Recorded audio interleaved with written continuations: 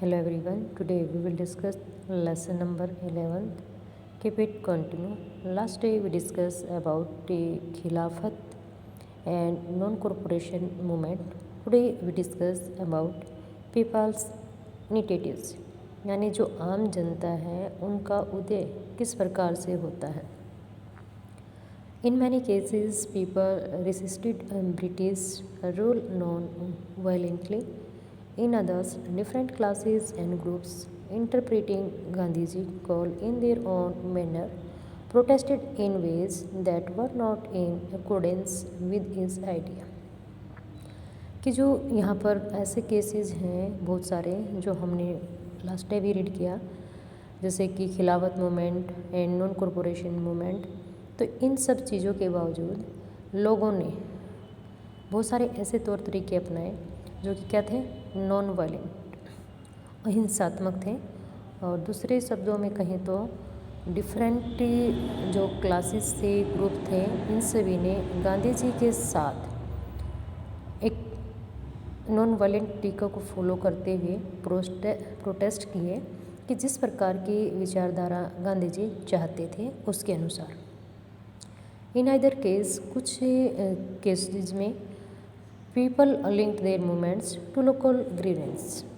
कुछ ऐसे केसेस भी हैं जहाँ पर जनता अपने स्थानीय जो एरिया था उनमें उनको प्रमुखता देने लगे और उसके अकॉर्डिंग उन्होंने अपने अपने आंदोलन स्टार्ट कर दिए. जैसा कि इन Kheda Gujarat, Patidar peasants organise non violent campaign against the high land revenue demand of the British.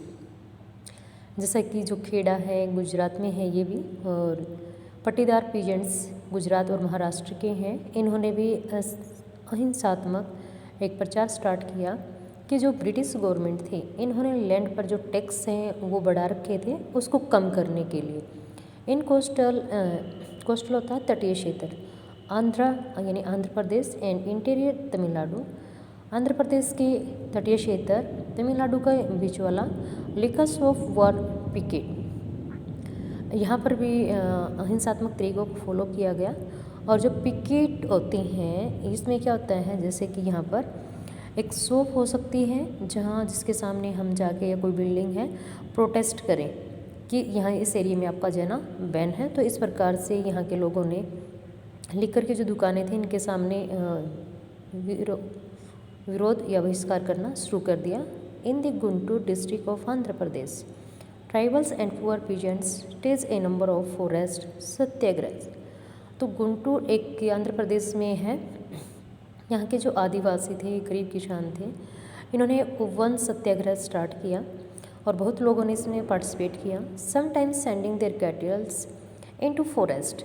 It means क्या है कि जो ब्रिटिश थे ना, जो फॉरेस्ट थे उन पर बैन लगा दिया कि कोई भी अपने जो कैटल्स हैं इनको यहाँ पर लेकर नहीं आएगा. लेकिन जो फॉरेस्ट सत्याग्रह स्टार्ट किया गया इसके तहत यहाँ के अनुसूचित जाति और गरीब किसानों ने अपने जो एनिमल्स थे वो इन जंगलों में लेकर जाना शुरू कर दिया कभी कभार, और उसके बदले वो कोई फीस नहीं देती थी. दे वर प्रोटेस्टिंग बिकॉज द कॉलोनाइल स्टेट. और वो इसका विरोध भी करते थे कि जो कॉलोनाइल स्टेट का मतलब है जहाँ पर अंग्रेज़ों का अपना शासन था, British government had restricted there use of forest resources in various वे. कि जो ब्रिटिश गवर्नमेंट है और जो वनों में संसाधन हैं, पेड़ पौधे हैं, जो सब वेजिटेशंस वहाँ पर मिलती हैं, फल फ्रूट हैं, या फिर लकड़ी जिसका फ्यूल के रूप में ये लोग यूज़ करते थे, इन पर बैन लगा दिया कि ये लोग यहाँ बैन ही लगा दिया कि एंट्री ही नहीं करेंगे, और कोई करना चाहता तो उसको फीस देनी होगी. तो इसके विरोध में इन्होंने प्रदर्शन किए. They believed that Gandhi would get their tax reduce. उनको विश्वास था कि जो गांधी जी हैं वो टैक्स को कम करवा देंगे and have the forest regulations एबोलिश्ड. और जो नियम बनाए गए हैं वनों के लिए वो ख़त्म कर दिए जाएंगे. In many forest village peasants proclaimed Swaraj. तो जो बहुत सारे ग्रामीण क्षेत्र थे, वनों के आसपास वाले गांव, किसानों ने घोषित किया स्वराज कि हमें स्वराज चाहिए. स्वराज मीन्स अपने देश में अपने लोगों का शासन. And believe that Gandhi Raj. और उनका विश्वास था कि गांधी राज आना चाहिए.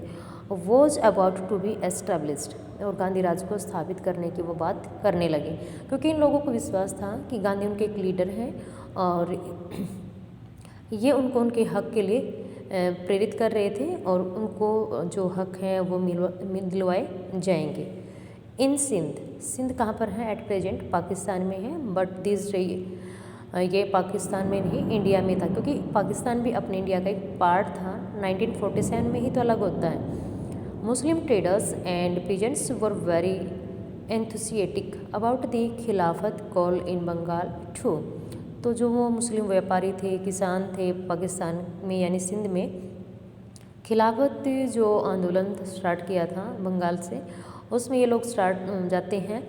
The Khilafat non corporation alliance give enormous communal unity and stand to the national movement. अगर हम सभी मतलब जैसे हम पहले रीड करके आए, हिंदू मुस्लिम यूनिटी बनाई, खिलाफत और नॉन कॉरपोरेशन जो मूवमेंट था इसमें सभी मिक्स होते हैं दोनों के कारण। तो इससे क्या थे, इनकी यूनिटी, एकता और इनकी स्ट्रेंथ बढ़ेगी, जिससे राष्ट्रीय आंदोलन को बल मिलेगा। In Punjab the Akali agitations of the Sikh sought to remove corrupt mahant. तो जो पंजाब है, पंजाब में जो अकाली दल के थे, इन्होंने सिखों को कि कुछ लोग जो कि सपोर्टेड बाय द ब्रिटिश के द्वारा सपोर्ट किए जाते थे, जिनको महंत कहा जाता है, जो भ्रष्ट थे, मतलब उनके साथ संलिप्त थे, किसानों से ज़्यादा टैक्स लेना, ब्रिटिश गवर्नमेंट के अकॉर्डिंग काम करना, और इनके गुरुद्वारों में छिपे हुए थे। This moment get closely identified with the non corporation movement. और इस आंदोलन को असहयोग आंदोलन के साथ पहचाना गया। In Assam tea garden labourers, Assam के चाय बागानों में जो मजदूर थे, शाउटिंग गांधी महाराज की जय, तो उन्होंने गांधी को अपना मसीहा माना। Demanded a big increase in their wage, उन्होंने डिमांड की कि भाई हमारी भी जो मजदूरी है ये बढ़नी चाहिए। They left the British on plantation amidst declaration that they were following Gandhi ji wishes. और ये क्या है, जो ब्रिटिश गवर्नमेंट जिनके अंडर में वो प्लांटेशन थे उनको काम करना छोड़ देते हैं और घोषित करते हैं कि जो गांधी जी हैं हम उसके अनुयायी हैं और वो हमारी इच्छाओं को पूरा करवाएंगे। तो यहाँ पर इन लोगों ने गांधी जी को अपना मसीहा मानना स्टार्ट कर दिया था। Interestingly in the Asamiya Vaishnav songs of the prepaid the reference to Krishna was substituted by Gandhi Raj. यहाँ तक कि असमिया भाषा में वैष्णव जो सॉन्ग गाए जाते थे उस समय, वो गांधी राज से सब्स्टिट्यूट करके गाए जाने लगे। इट मीन्स गांधी जी को मसीहा माना, अपना शासक माना।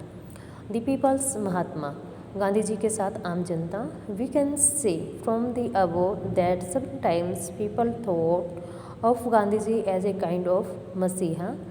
जैसे कि हमने देखा कि लोगों ने गांधी जी को अपना मसीहा माना, as someone who could help them overcome their misery and poverty, जिसमें जो गांधी जी थे, चाहे गरीब है चाहे भूखा है, कोई भी व्यक्ति सभी की सहायता करने के लिए वो तैयार और दूसरों को भी प्रेरित करते थे। Gandhi ji wish to build class unity, Gandhi ji के इच्छा थी कि हम क्या हैं, अलग अलग जो कास्टिज्म पे या जैसे भी डिवाइड है क्लासेज में, सभी को एक यूनिटी बनानी चाहिए। नॉट क्लास कन्फ्लिक्ट, कभी भी आपस में लड़ाई झगड़े नहीं करने चाहिए। Get peasant could imagine that he would help them in their fight against zamindar. यहाँ तक कि जो किसान हैं उनके जो इमेज थे, उनकी कल्पना थी कि वो क्या करेंगे, उनकी सहायता करेंगे और जमींदार के अगेंस्ट लड़ेंगे।